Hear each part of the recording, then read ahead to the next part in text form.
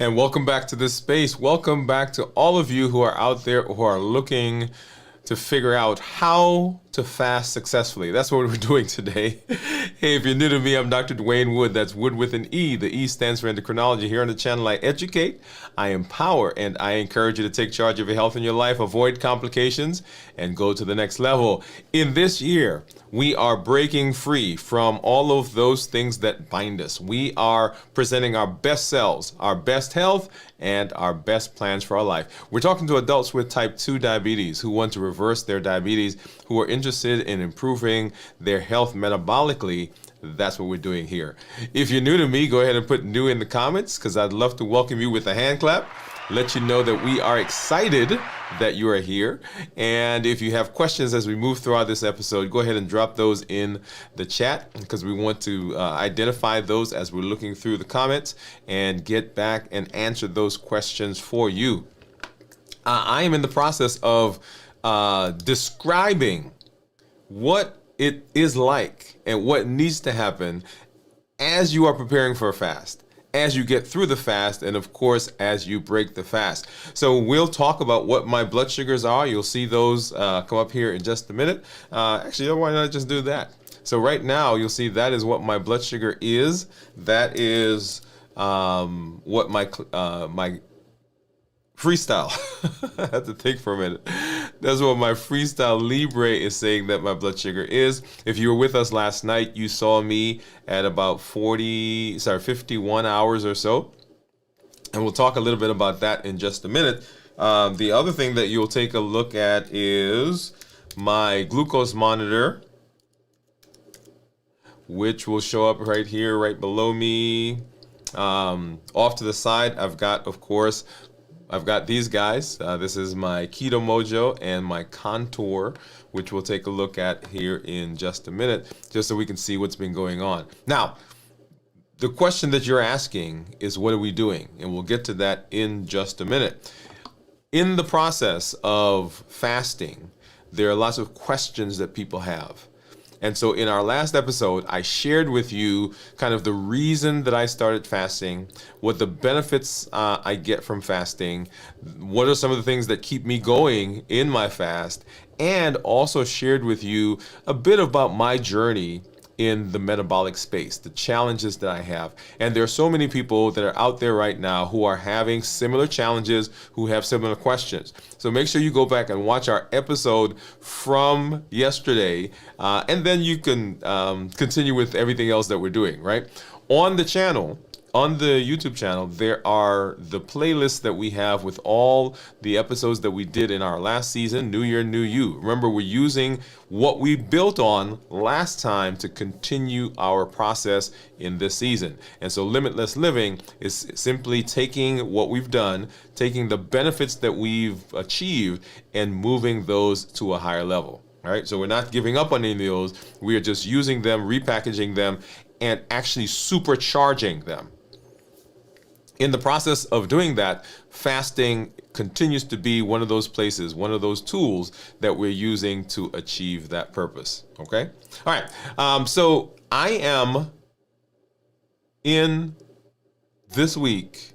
This is actually my third fast that I'm in right now. So I did a 40-hour fast. If you remember at the beginning of the week, we broke that fast. And we did that fast because we were coming out of a weekend where we were traveling. And so that was kind of my righting the ship, if you will. And so we started the fast, and we do a 72-hour fast normally on a weekly basis. And as I mentioned to you yesterday or day before, I had some cooking that I had to do. I am not good enough yet to be able to cook without tasting. And so as I was cooking, I tasted the food, and so broke that fast at 57-ish hours. Okay, 57 hours. And so back now, continuing to do the fast. Now, there are a couple of things that I'm going to talk about in that story that I want to make mention of so that we can begin understanding fasting a little better. It gives you a little bit more perspective. Before I do that, let me go ahead and do a check-in. Now, I am checking in because this is what we do when we're doing anything that we want to improve. Anytime you are working on a process, anytime you are putting something together that you need to monitor, you need to evaluate, you need to decide whether you're doing the things you need to do, this is the space, or these are the things that you want to look at. And there are three areas that I talk about when I do my check-in. They are how I'm feeling physically, how I'm feeling mentally, and then how I'm feeling emotionally. And I want you also, as you're evaluating various things that we learned, various tools, even in your personal life, you want to go ahead and you want to evaluate those as well. Before I do that, I want to go ahead and just hop on and say hello. I see. Well, let me pull it up, and you guys will get to see that with me as well. So Pamela is out there, and Pamela is saying hello. Hey, Pamela, Pam. How are you? Glad that you are here. And I neglected to say, whatever platform you find yourself on, if you are on Instagram or LinkedIn or Twitch or Facebook, and then of course here on YouTube, we welcome you to this space today. So let's go ahead and let's hop over and let's do our check-in.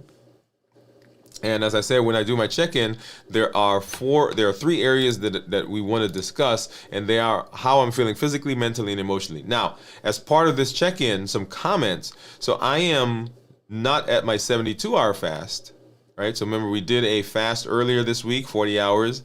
We did a fast 56 hours, 57 hours.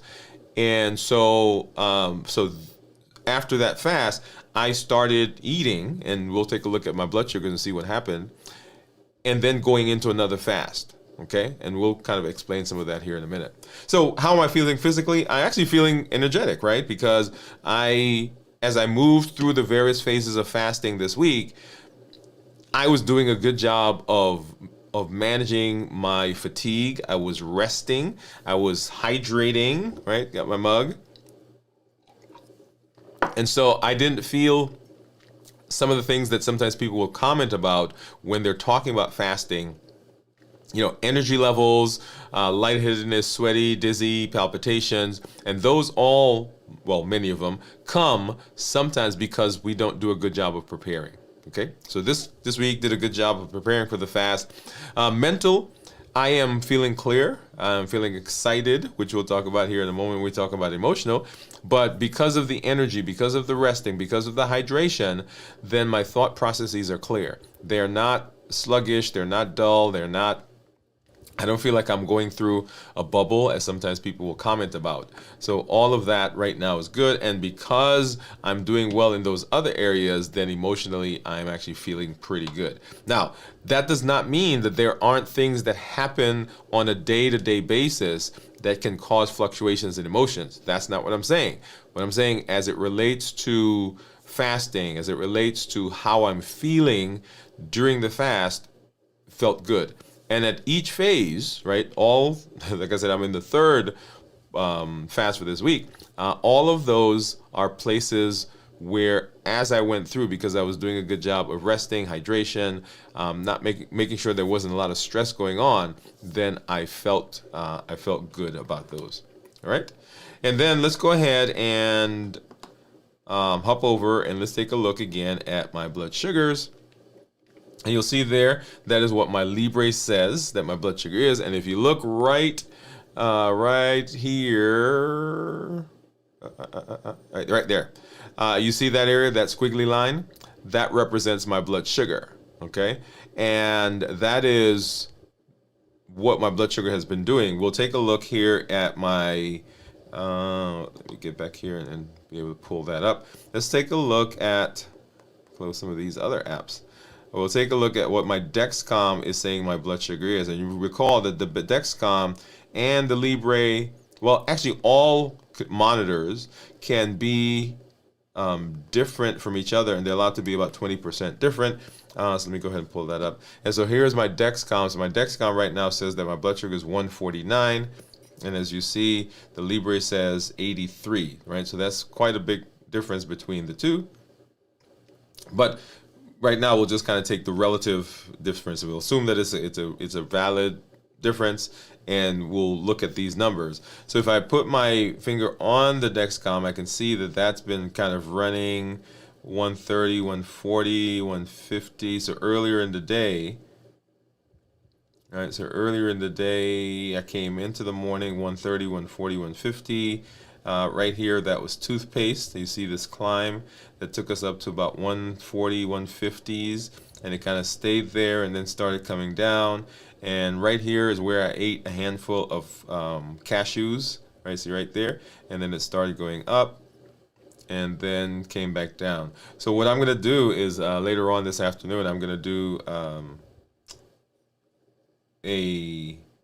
I shouldn't say later on this afternoon. So I'm going to do an episode where I actually eat eat cashews and show you what happens to the blood sugars. Okay, so that's where we are right now. I also have off to the side, I've got my Keto Mojo and my Contour meters. Remember, the Keto Mojo gives me glucose, and then of course the Contour gives me glucose as well. But the Keto Mojo also gives me ketones. Gives me ketones. So let's go ahead and let's take a look at those. Got my Lancets that we're going to take out, and these are the strips, not Lancets, but my strips, test strips. Get those in there.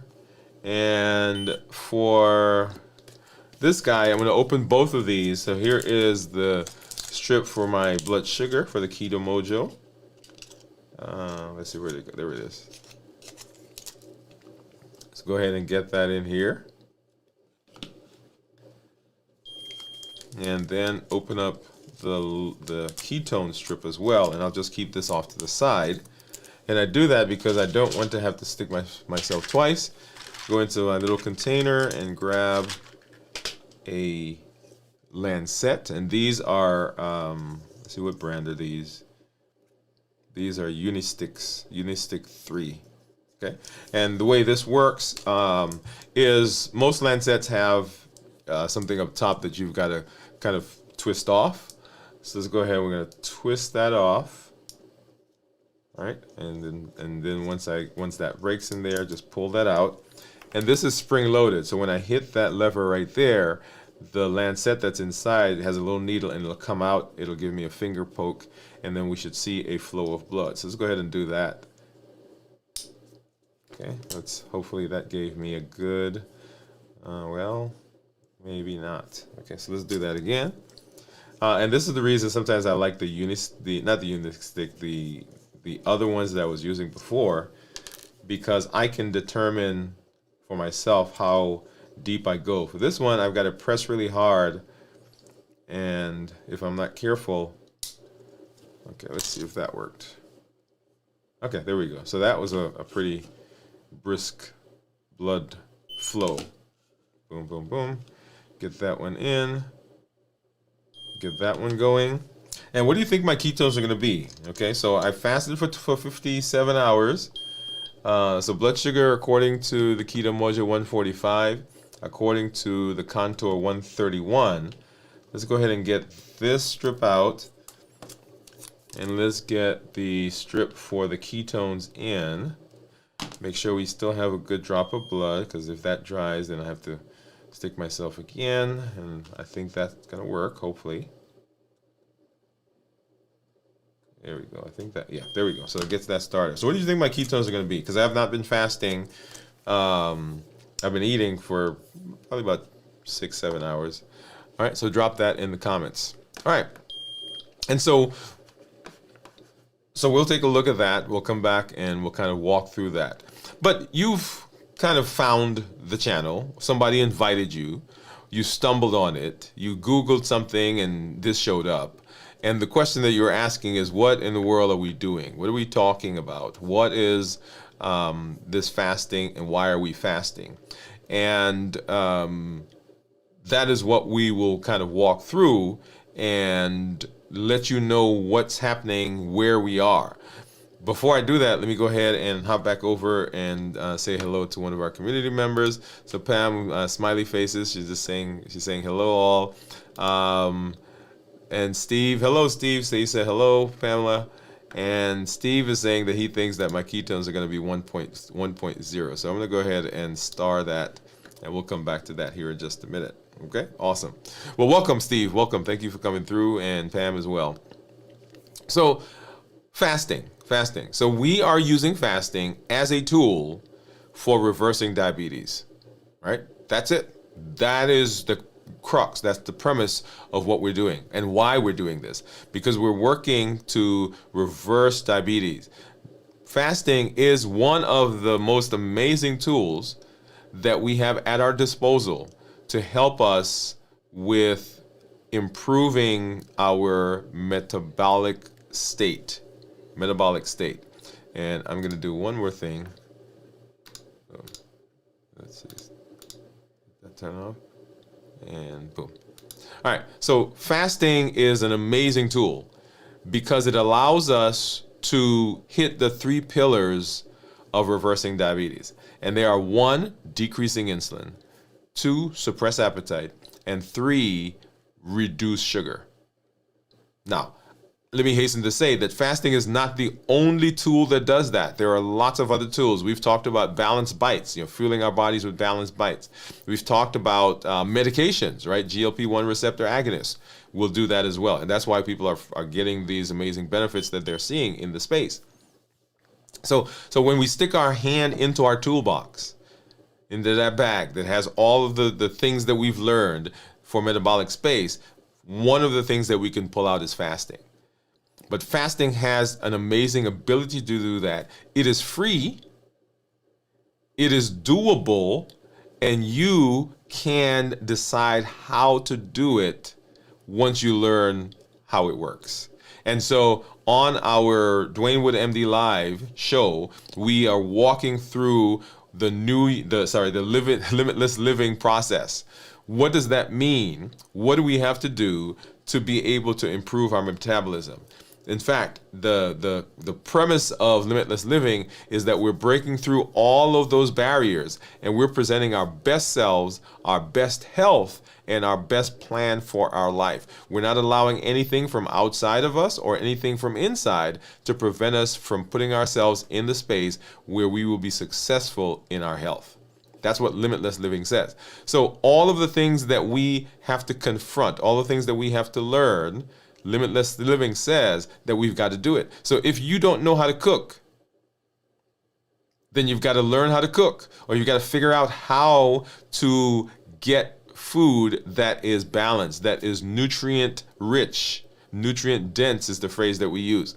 If you are stressed so much that you are now eating, and the eating is causing high blood sugars, and the high blood sugars are causing damage to your body because of high blood sugars and the worsening of your diabetes, then now you've got to learn how to deal with the stress. If you're having interpersonal relationship problems and that is pushing those buttons and causing a trigger so that you go sit and eating ice cream all day, then guess what you've got to do? You've got to figure out, how do I deal with that relationship? That's what limitless living says. And in the process of doing all of that, one of the things that we've learned is the fasting. And so here, as we go through these spaces, we are learning how to use the tools here, particular fasting, how to use the tools to get us the goal that we want. How do we do that?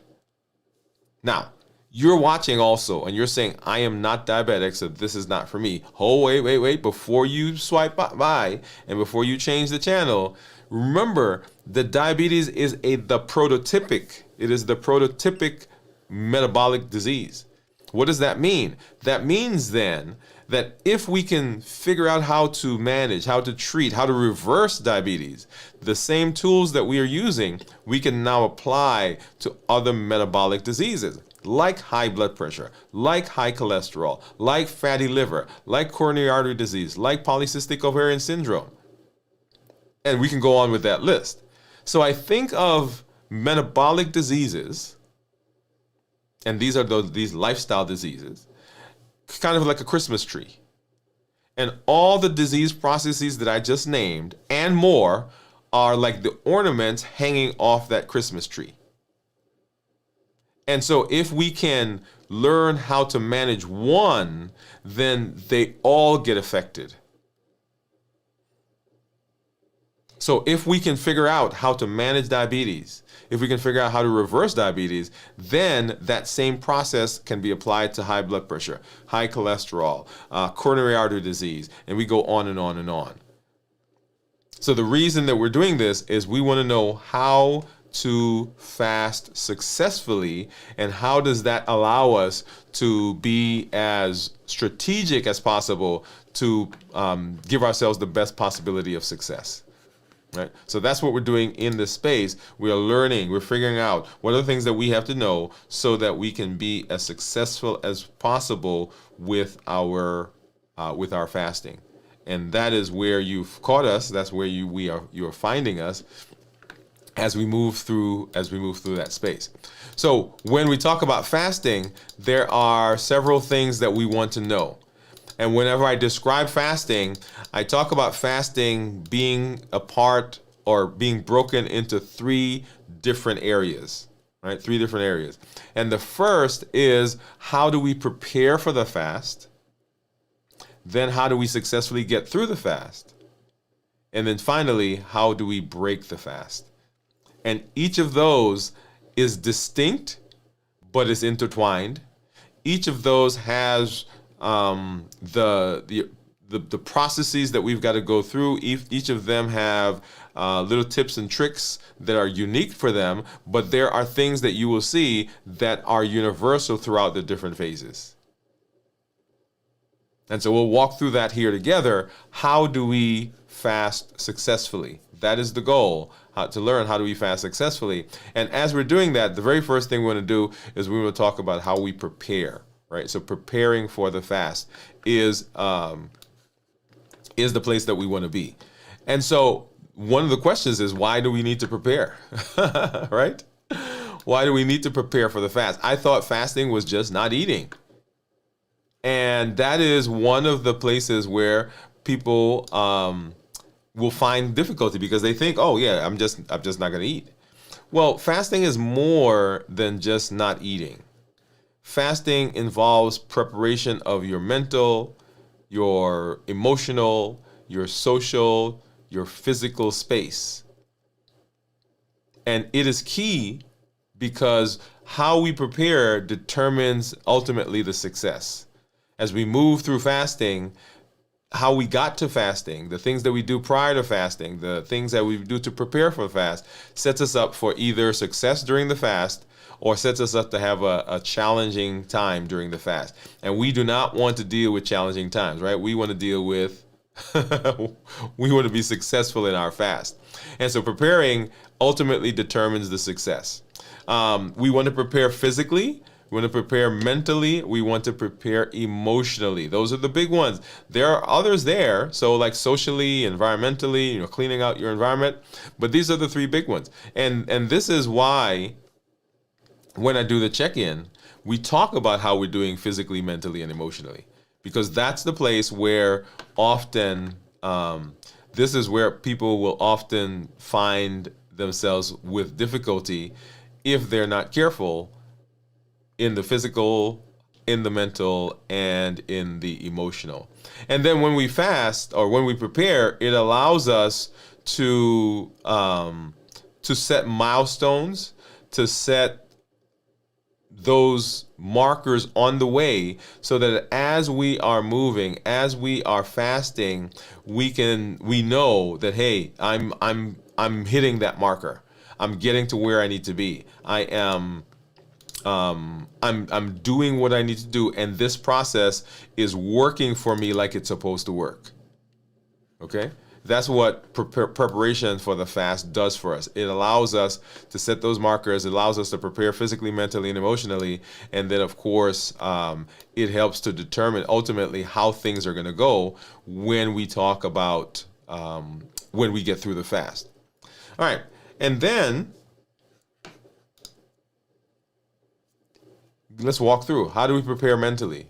So mental preparation allows you to set clear goals. So you've got to know why you're fasting. Why are you fasting? Why is this a thing for you? Am I working on my diabetes, which we are doing? We're using fasting to reverse diabetes, improve my blood sugar. I'm using it to improve my insulin resistance. I'm using it to help with my fatty liver. I'm using it to help with cholesterol. I'm using it to lose weight. So what is your reason for wanting to fast? Whatever that is, we now have to begin to visualize what success looks like. When I talk to clients, when we talk to patients, even sometimes, what I'll ask them is, "Hey, you have this goal, this thing that you want to do.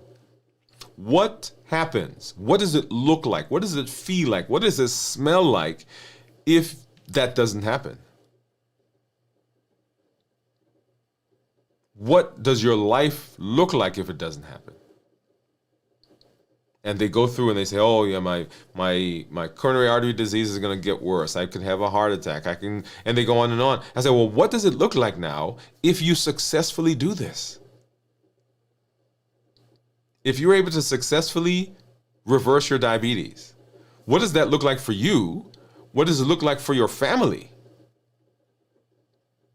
Just the other day, I was talking to someone, and I was telling them that the thing that pushes us has to be strong enough. The why has to be strong enough to get us through those times when we don't feel like doing what we're supposed to do. And those, let me tell you, they come. There are days where you feel like, okay, if one more person say anything to me about blood sugar, if one more person tells me about my weight, if one more person tells me about taking another medication, I'm just going to lose it. All right? And so what does it feel like? What does it look like if you're successful? And then we want to educate ourselves on the fasting method that we're going to use. What fasting method is right for me? Am I going to do a 16-8? Am I going to do one meal a day? Am I going to do a 52 fast, extended fast? I'm going to do alternate day fasting, time restricted eating. What is it going to do? What am I going to do? Which one am I going to use? And so you'll have to kind of learn. On our channel, we've done several shows where we talked about fasting. We did a show where we talked about the different types of fast, the different protocols. We did a show where we talked about how or what disease processes certain fasting methods have been shown to improve. So those are out there on the channel. Make sure you get out there and watch those. And then as you're fasting, preparing mentally, you want to begin having some affirmations around you. Affirmations are those phrases that we can use that help push us through those times when we're having challenges and having difficulties. So affirmations allow us to do that. Okay? And so I have lots of things that I do. One of the things, and you guys will see right back here, this is not an affirmation, but it is something that it wasn't designed as an affirmation, but it's something that I use as an affirmation. And that is the commitment statement that I signed when I went through, there was a program I went through as I was deciding what to do in this space, what I was decided to do online. And so we went through this process, and I signed a commitment statement of what I was going to do, what I was committing to. And I now recite that, I say that, I look at it, and I use it as an affirmation. That helps me say, okay, I am committing to providing beneficial, useful, insightful, educating material here or content here in this channel. I'm committing to providing the Triple E formula for success: educate, empower, encourage. Right? So that's the premise that we're using. And so that is one of my affirmations. So when you're working through preparing mentally, get some affirmations. These are the things that help your inner coach to be strong. Remember, we have the inner coach and the inner critic. And the inner critic is always telling us the things we've done wrong, the things we're not good at. Oh, you never succeed at that. You never follow through. Right? The inner critic is always there. And now the affirmations give the inner coach the ability to supercharge us, to push us, to help us make it through mentally when we're having those challenges. Right. So that is what's going on. That's one of the places that we need to prepare. And then of course we want to prepare also nutritionally. This part of the physical, right? We want to be able to successfully get into the fast. And one of the ways of doing that is looking at our nutrition. What am I eating? What are we eating as we are getting into the fast? Because if we come into the fast with lots of high carb, sugary foods, if that's what we just ate, then the body has to process that. The processing of it requires insulin. When insulin comes out, insulin is a hormone that delays the process of ketosis. Insulin stores food. Insulin makes our cravings go up.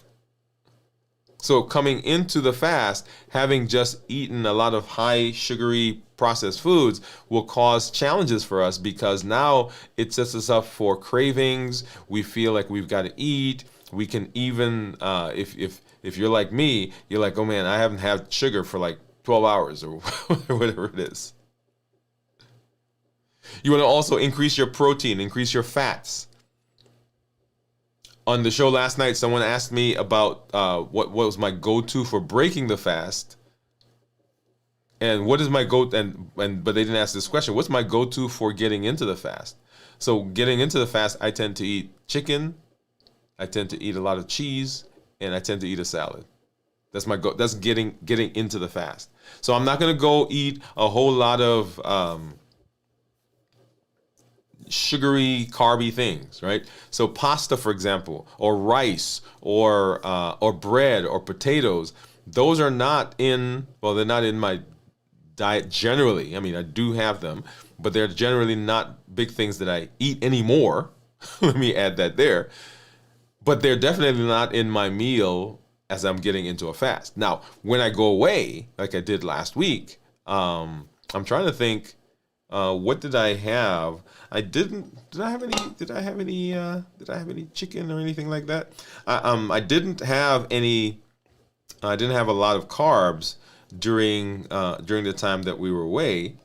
And I'm gonna come over here and see if I can grab.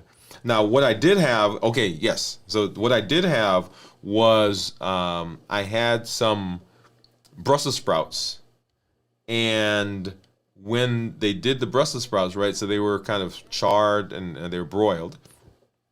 And you know, when something is charred and broiled, how do you get rid of that bitter kind of taste? Well, yeah, you put sugar in it, or you put some syrup in it. And I didn't realize it had it. It sure tasted good, I'll tell you that. So here is, all right, so you guys should see that. So there is the steak that I had. And these are the Brussels sprouts that I had. And here is the salad that I had. So, of course, minus the croutons. Okay? So, even as I was away, and when I got back, I got on the scale, and my weight had gone down a pound. Okay? But one of the reasons I said that I was I had done a fast coming out of that, was because I had been off of my game. I've been off of my routine. And so I wanted to get back on the routine. Okay. So having said that, so coming into the fast, we want to make sure that we are reducing the carby, sugary foods.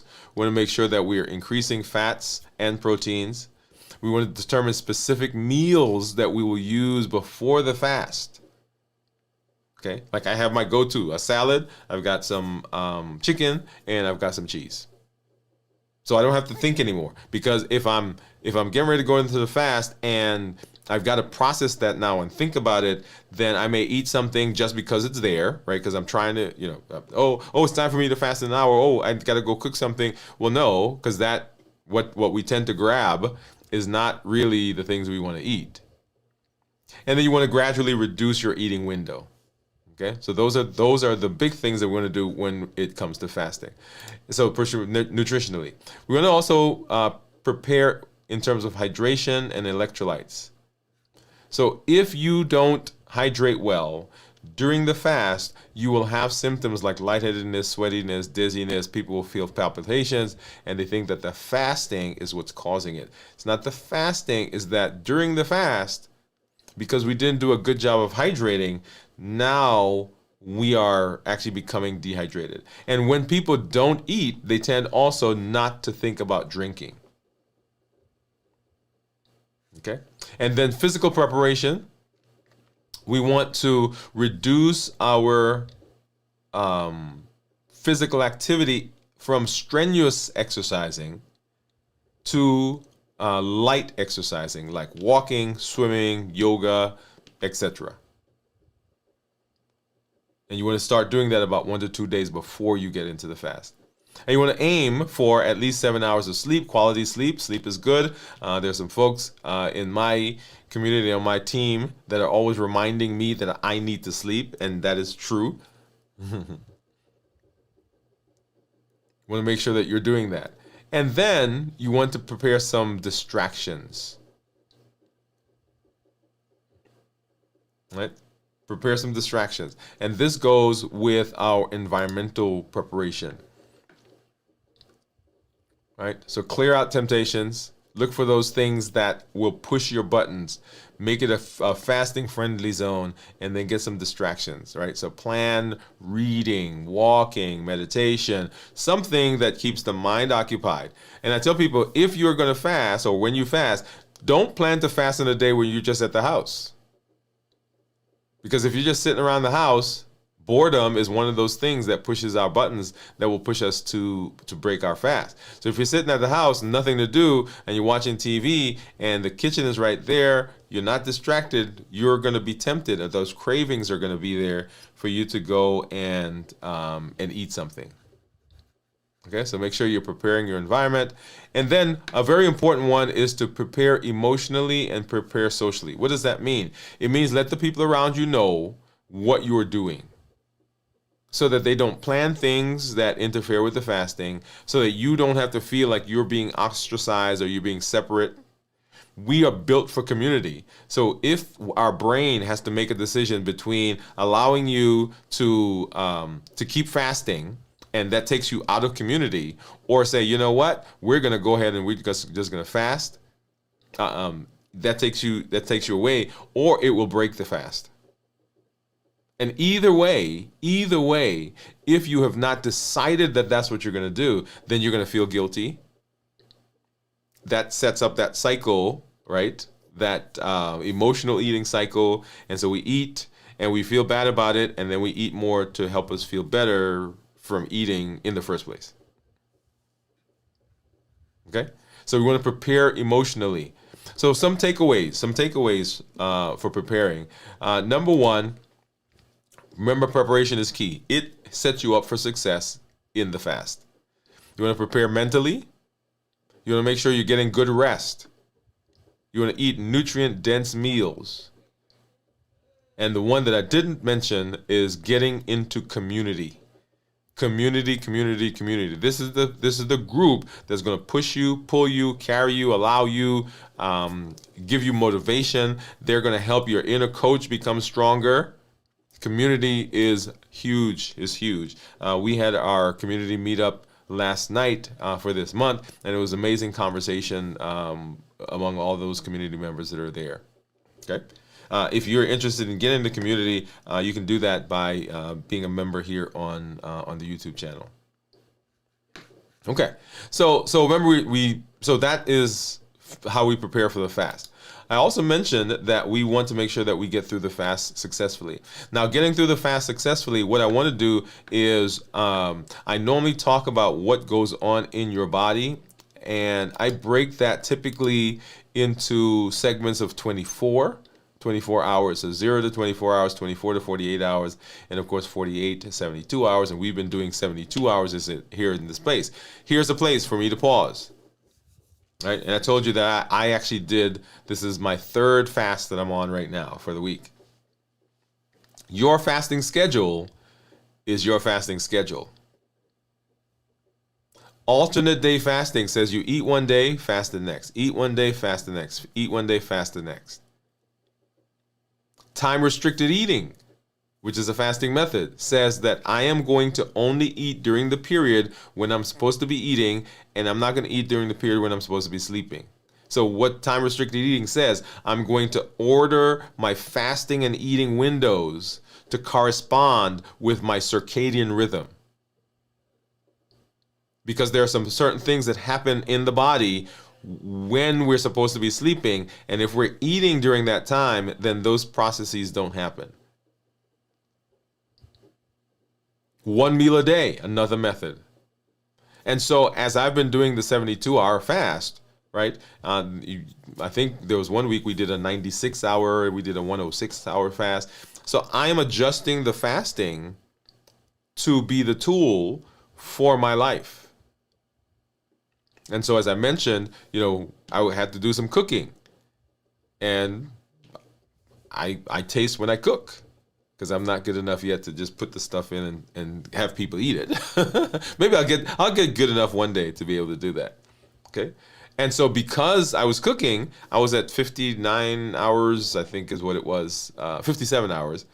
And so I interrupted the fast. I cooked, I tasted, and then went back. Then started again. And so the blood sugars that you were seeing were me coming out of the fast because I was cooking, eating, right? And then saying, okay, now let's get back in. And so you can do that. But you've got to listen to yourself. You've got to know what's going on in your body. And you've got to decide, right? The big thing here, and I guess I'm going to spend some time talking about this. There are hormonal changes that are happening in your body. There are things that are going on in terms of breaking down the food and all of that biochemistry that's happening. The biochemistry is going to happen like it happens when it should happen. That's not usually where we find the problem. Where we find the problem is here. Because we have cravings. We have those routines that we're used to, so we are anticipating, okay, at 12 o'clock we're going to eat. Or my team is going to go to lunch, and I see them, and I'm pushed to eat. The biochemistry happens like it's supposed to happen, but it is our ability to successfully make it through the fast because of how we think about fasting that sometimes is the issue. And so one of the most important things to determine is the difference between, or understand the difference between psychological hunger and physical hunger. And so physical hunger is that hunger where the body says, I need energy. I need energy to run your heart and your lungs and your muscles and your brain. I need you to find energy. I need you to go eat. That's physical hunger. Also physiologic hunger. Psychological hunger says, man, that thing that I want to eat, I remember what it tastes like. I remember the thing that it does for me, the calm that it brings. I remember when mama made it. It was the thing that I ate that one time when I was feeling bad and made me feel so good. That doesn't have anything to do with what the body needs. It has everything to do with what we think we need to buffer, to get us through whatever is happening in that space. Okay? All right. So when we talk about the first 24 hours of fasting, we're going to break this down into 6 hour chunks. And so the first 6 hours really is the postprandial phase. This is where the body's actually breaking the food down. The blood sugars are high, insulin levels are high, the body is breaking the food, taking the nutrients out of it, and is beginning to store some of it, is using some of it for building muscles and bone and enzymes. It's taking some of it and it's running your heart and your liver and your lung, right? So this is the energy just came and the body's chopping it up and using it for what it needs. This is called the postprandial phase.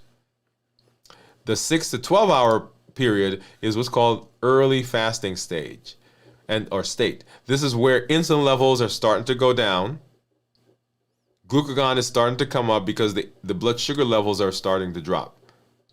Gluconeogenesis right? That's the breaking down of glycogen because the body took some, sent it to your liver, and it's storing it there. And now it's saying, hey, my blood sugars are going down. I need you to kind of mobilize some of that for me so I can use it. And your energy levels may begin to fluctuate during this period. Sometimes people will feel this if they're not well rested. They'll feel this as a waning in energy. And it's just that the body is not out of energy, but the blood sugars are going down because it's using it up. And it's now having to go to the liver to get energy from there in the form of or breaking down the glycogen. And then the next 6 hours from 12 to 18 hours is called, this is when we're transitioning to fat, transitioning to using fat. So glucose levels continue to go down, insulin levels continue to go down. The body now is sensing that, hey, I'm gonna have to start thinking soon about switching to another fuel source, and fatty acids are starting to be released from the fat stores. The liver starts gluconeogenesis, that is making sugar, making glucose from non-glucose sources. Yeah. And then, of course, the energy levels may dip during this time. People can feel irritable. They may feel hungry during this time. They may feel energy dropping. And this is because the body, once again, is transitioning to or beginning to start that transition to fat. The next 12 hours, right, 18 to 24 hours or 6 hours, we're talking about where ketosis begins. And remember, when the body is not able to burn sugar, it starts to burn fat. When it burns fat, it produces ketones. So ketones really are a byproduct of burning fat. And one of the ketones that we like is that beta hydroxybutyrate, because the brain likes it, the muscles like it. Some goodness there. So that's the ketosis. Ketosis is beginning during this period. And we want to understand these things that are going on so that we can begin picking the right type of fasting for what we want, and we understand what is going on, right, in the various phases. And then the next phase is what's called fat adaptation, and this is where this is the 24 to 30 hour period. This is where the body has had significant drops in glucose, and now ketones are becoming prevalent. They're becoming plentiful. Fat oxidation is increasing, and we're now in earnest pulling energy out of the fat cells and pushing it so that the body can now use the ketones for energy. Okay. And so the last phase is breaking the fast. And breaking the fast, as I said before, is just as important as getting us preparing for the fast and making it through the fast, because if we don't do a good job here, then this sets us up for reversing and or undoing a lot of the things that we did within the fast itself. And one of the big things that people will struggle with is what to eat after the fast. I tend to break my fast with bone broth and with salad. And you see, salad is a constant recurring item for me because it is, for me, easily digestible. There are carbs in it, but they don't spike my blood sugar. I can have a lot of variety. I like crunchiness, right? So it satisfies for me all of the various sensory things that I need. If I want a little bit sweeter, I make sure that I include tomatoes in there. It's got my fat, so I've got my cheese.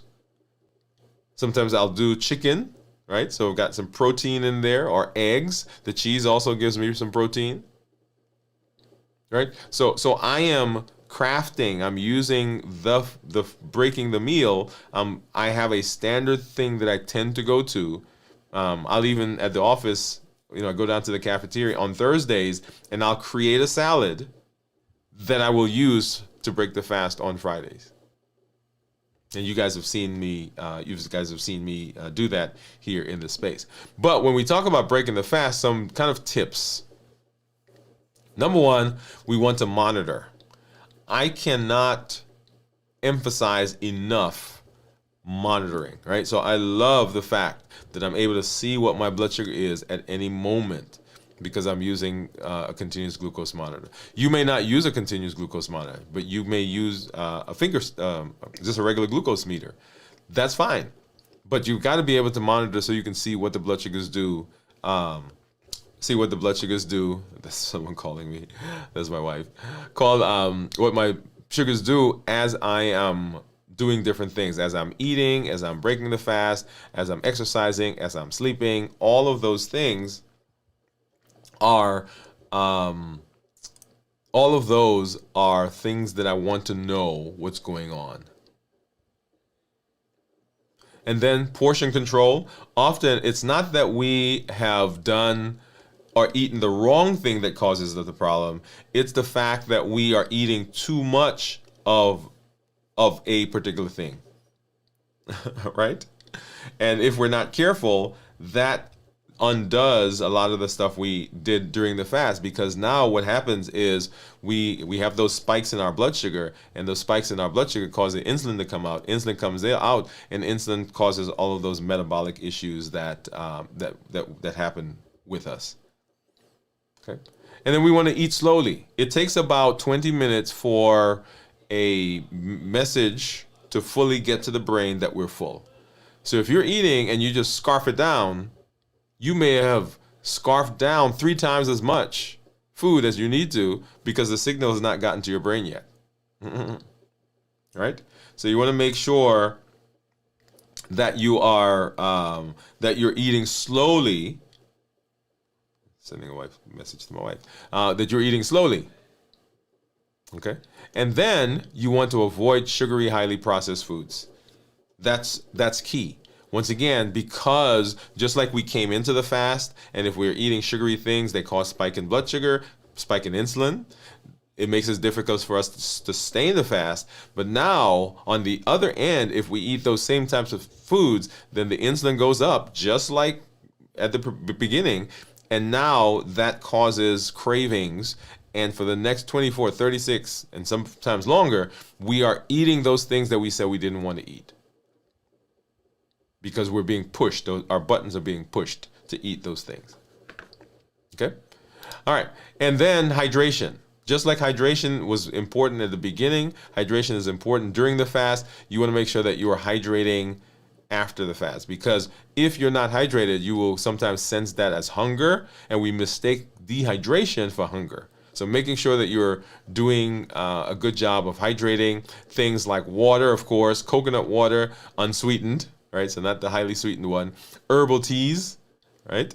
Non-caffeinated teas will help. Don't go right away and drinking lots of beverages that have a lot of caffeine, because that stimulates you and it just sets you up to go down the path of eating things that you did not want to eat.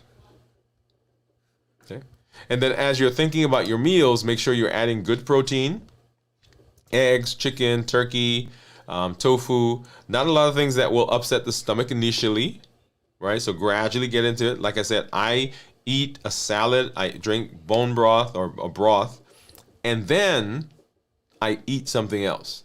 If I find myself at the time when I'm breaking the fast eating, even if it's not highly sugary food, if I'm eating very complex, heavy foods, I'm going to have a problem downstream because I want to keep eating like that.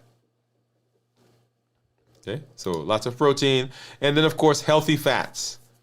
Both proteins and fats will help to make you feel fuller longer. They will send a signal to the brain that you're full. It will keep your stomach stretched. They will slow the GI tract so that the food doesn't just pass through. And then, of course, broths are very good because they keep you hydrated and they give you the ability to get some nutrients in without undoing some of those things that we did in the fast. Now, I try my best, and notice what I say, try my best, to prolong the ketosis part of the fasting as long as possible afterwards. And when I say long, I'm not talking about days and days. We have community members that are in ketosis and they try to maintain ketosis on a consistent basis. I don't do that. When I'm eating, I eat balanced meals, but they are not ketogenic meals. But when I break my fast, I will try to eat things that won't cause big spikes in blood sugar, because I know once the blood sugar spikes, then we're off to the races, because my cravings come. And when those cravings come, they cause me some issues. Okay? And then, so that's the broth. And then we want to share with you some considerations. So when you're breaking a fast, you want to choose foods that help maintain stable blood sugars, so we don't want a whole lot of ups and downs, and at the same time provide nutritional value and that are gentle on the digestive system. Nutrition, stable blood sugars, and gentle. Those are the three criteria when we're breaking the fast. And you want to focus on low glycemic index foods. You want to make sure you have good lean protein in there, healthy fats, and you want to make sure that you are continuing to remain hydrated. So how do we fast successfully? That's it. We've got to prepare for the fast. We've got to make sure that we are not getting a lot of stressful times during the fast. We're not just coming out of a fast, of a stressful time. We're not going into a stressful time, right? So we're preparing for the fast. We want to get through the fast successfully, and we do that by understanding what's going on in our bodies and understanding that it's not just that I'm not eating. There are lots of factors that go there.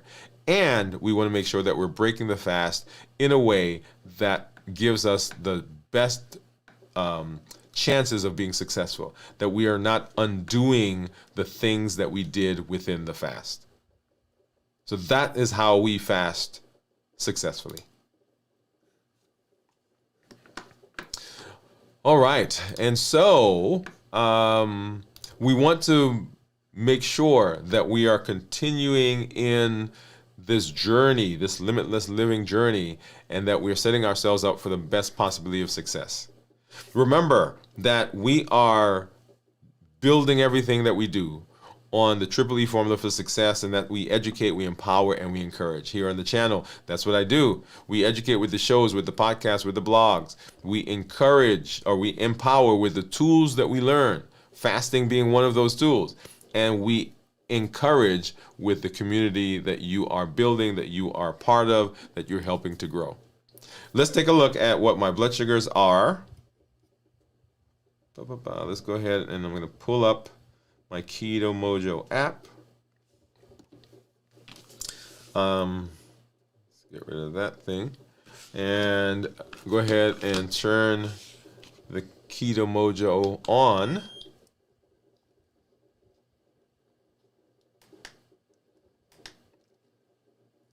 And go ahead and get that synced.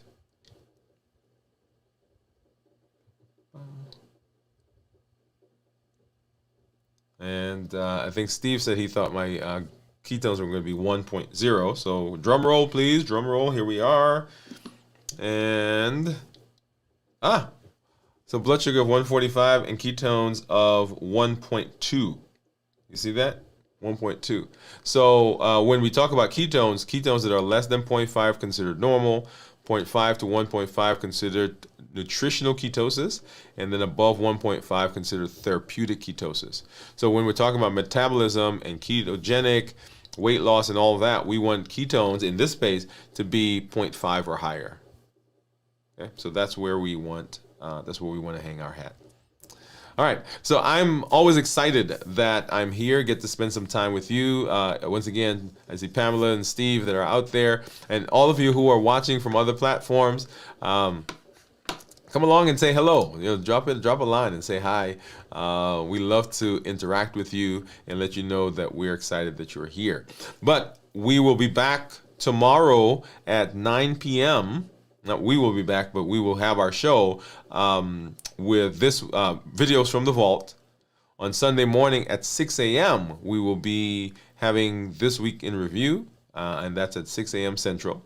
And then on Monday, we'll be right back here for Dwain Woode MD Live. Glad that you're here. Happy to be here with you. Have a great weekend. And we are working. We are breaking free from those boundaries, those obstacles. We're presenting our best self. We're presenting our best health and our best plans for our life. We're not allowing anything from inside or outside of us to prevent us from reaching those metabolic goals like reversing our diabetes. Hey, this is Dr. Dwain Woode. That's Wood with an E. The E stands for endocrinology. Here on the channel, I educate, I empower, and I encourage you to take charge of your health and your life and go to the next level. And then this year, we're living that limitless life. All right, have a great one, everybody.